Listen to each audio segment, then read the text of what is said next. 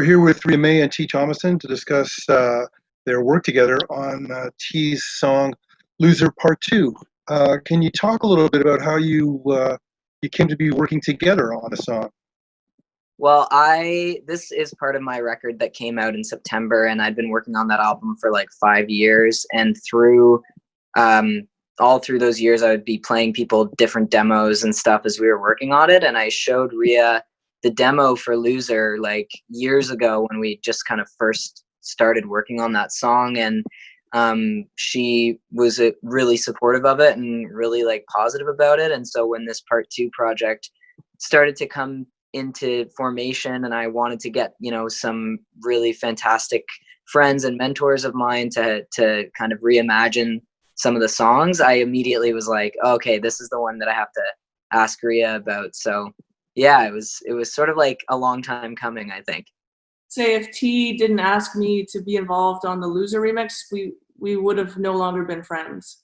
I feel like I made it so clear how obsessed I was with like the original version of this song. And as soon as I heard it, it was hard to, I think T, you sent it to me before Part 1 was even released. So it wasn't like I could share it at first too. And it was like, which makes it so hard. My personality, I think the reason I got into music is because I can't stop sharing things that I love with people. Like I'm that annoying friend. And anyway, this song, and just as I think over a year went by and I just was still obsessed with it. So it was really cool. I think T texted like, I'm going to do this Part 2 project. Obviously I thought about you for Loser. And I just said, obviously. I'm a loser. When you get to know me. In terms of lyrics, T, had you written the whole thing? I mean, when you had the demo, was it complete, or was there some sort of collaboration on that end as well? Yeah, so the song, like the full song was written, and then Ria and I wrote her the new verse that she sings, and I had sent it to her and said like, yeah, just like take a crack at whatever your part is going to be. Like I want you to write it and tell your version of the song and whatever. And then she had pretty much had like, you had like a lot of it written, and then we just had some little lines that we tweaked like in the studio, and it was so fast. It was like the fastest writing session ever. Which verse is yours, Ria? So in the bridge parts, like I'm stuck on flashbacks when I close my eyes. And it's a part where it's like, it's the only point where it's kind of in the style of the verse, but we doubled up the syllables, and then we decided to expand and double up sort of the amount of tension before the hook drops back in, just as a way to, I guess, introduce something, but also keep it new.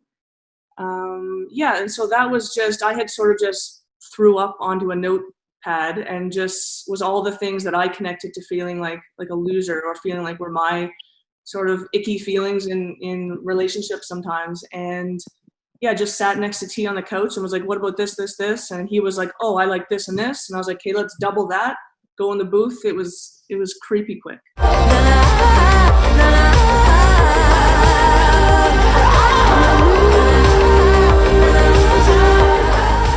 In a way, the beating heart of the song, or the really naked part of the song, is just that, I get frightened part, where I get frightened and I get mean and I get impatient, and that's sort of the key to why this person keeps losing their lover. Yeah. Because they can't help themselves, and they behave in a way that just sends, gets the other person to leave. Yeah, that's the super vulnerable. T wrote that part, and that's the part too that stuck with me as being like the vulnerable, because it's almost like you're owning that loser badge as like almost as a way to not dig deep. Sometimes you can say, yeah, I'm just a loser. Like that's who I am. I can't change it. And then he goes into that sort of, I guess that's a bridge part. And the vulnerable part comes out, and then suddenly you just get sucked into being like, oh yeah, like I relate to that.